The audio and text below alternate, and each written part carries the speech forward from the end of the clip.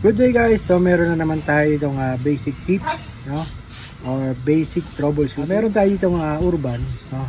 Bago nila ibiyahe ng Palawan, kasi nabili dito sa Manila, iuwi ng Palawan, so pina-check sa atin. May problema siya ngayon sa pagtaas ng temperature.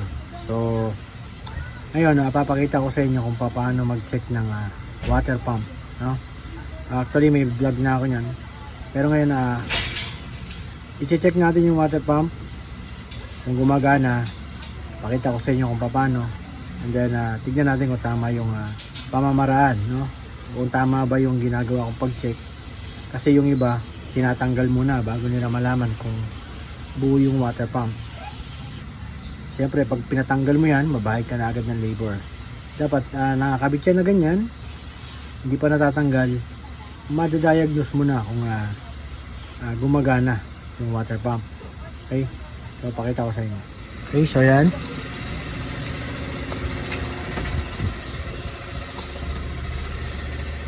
Okay, so ngayon makikita nyo mayroon siyang coolant. Okay, so sabi ng ibang master dyan, pag may coolant hindi daw nasisira yung water pump. Okay,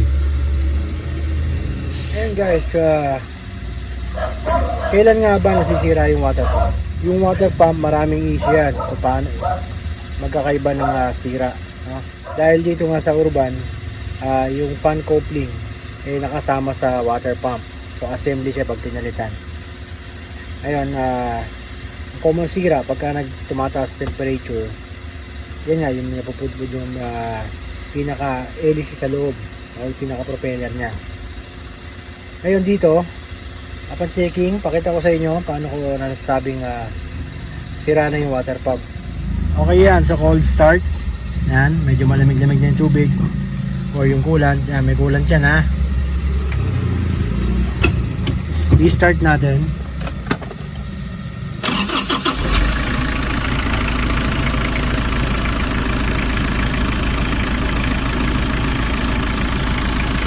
Check natin yung water pump kasi pag nire-rev ko, ayan, kahit anong rev ko walang movement.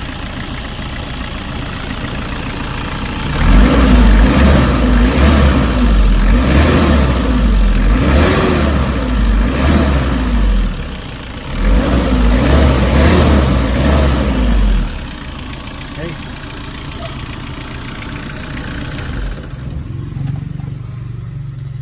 So napansin nyo wala siyang movement. Pagka malamig yan, ang movement yan dapat pababa dahil nagpa-function yung pump. Tapos pag mainit at meron siyang thermostat, nag-open na, ang movement yan is palabas. Okay?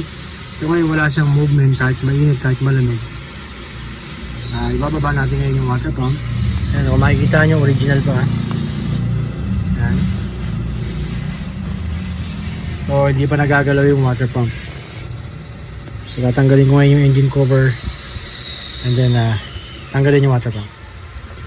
Okay guys, so ayan, nabuksan na natin yung engine cover. So tinatanggal ko na ngayon yung mga hose. Ayan. Then itong shroud. Then yun ko nakita, made in Italy pala siya. Ayan. Naka-Italy.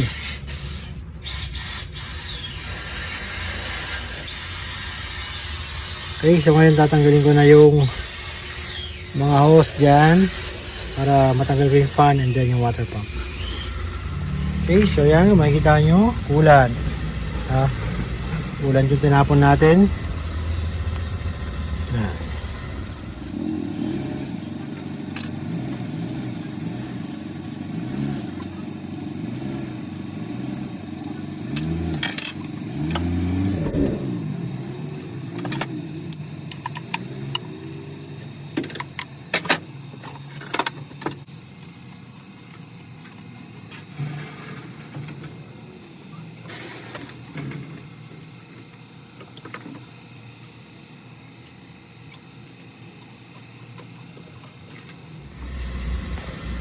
Okay, so natanggal ko na yung belt, engine fan, Ngayon, tatanggalin ko na lang yung mga tornilyo ng water pump.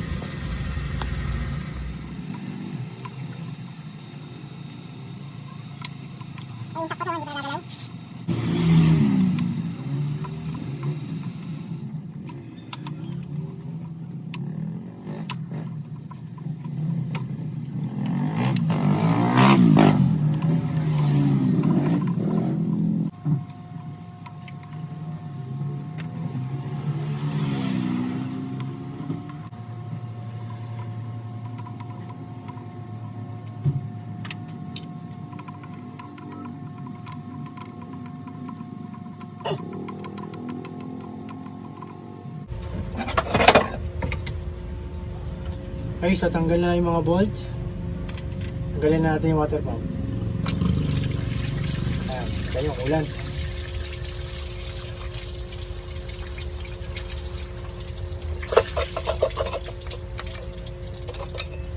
Okay, ayan.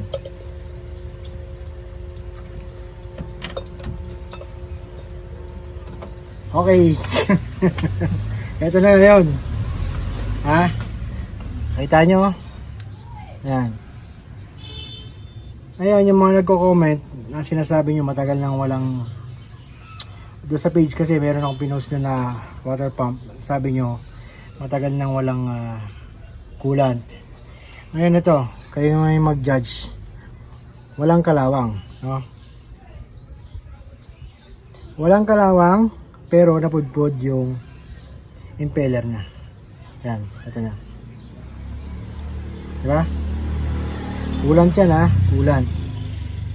Ngayon, dun sa nagsasabi na pagka naka-coolant, hindi napupudpod.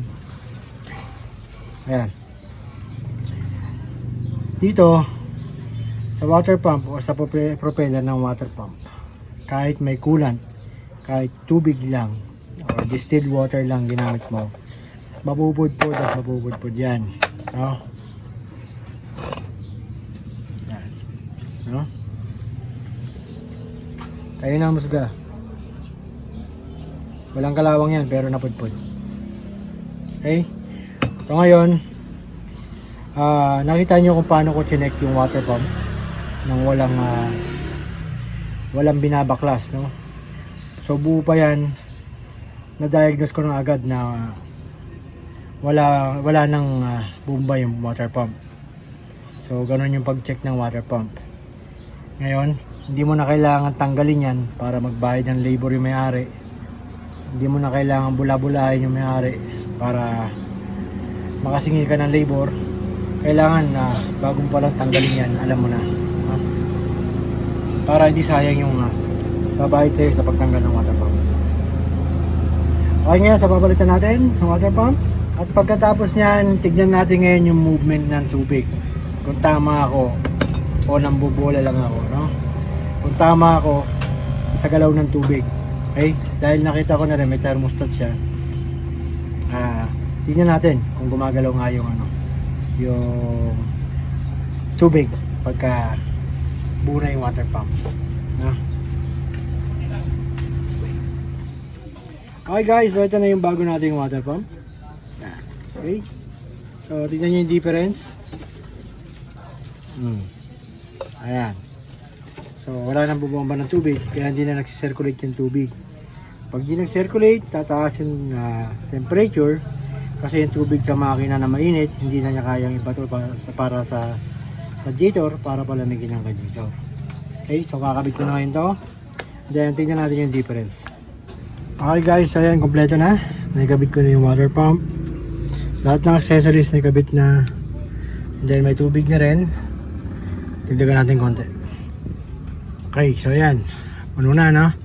So start mo ngayon. Start. Okay. So kanina, matatandaan nyo, start natin, diba? Tapos hindi gumagalaw yung tubig. Ngayon, nire-rev ko yan.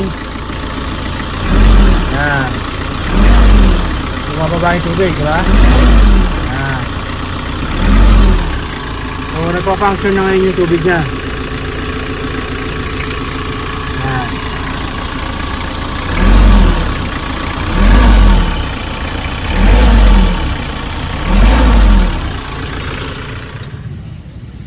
Okay guys, di ba? Di ba? Sabi sa inyo, tama yung hinala natin kanina na hindi gumagalaw yung tubig. No? So ganun yung pag-check ng water pump. So hindi mo na kailangan tanggalin para lang ma-check mo kung buo. Gaya ng ibang nakikita ko dyan, tinatanggalin yung water pump sa tinitin yan. Okay? Then ngayon kakapit ko na lang lahat yung mga tinanggal ko doon. Bubuhin ko na yan, makakabiyahe na sila. No? Quality.